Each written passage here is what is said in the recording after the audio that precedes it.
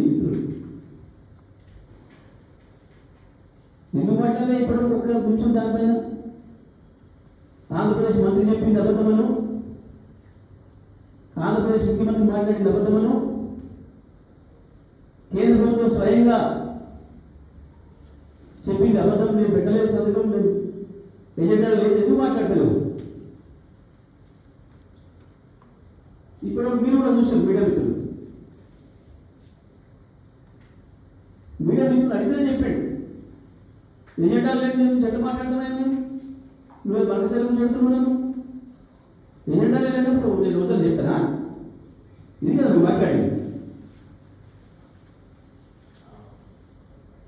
Aadhaar card కాదు కదా, నీ చిట్టి చాటు కాదు కదా,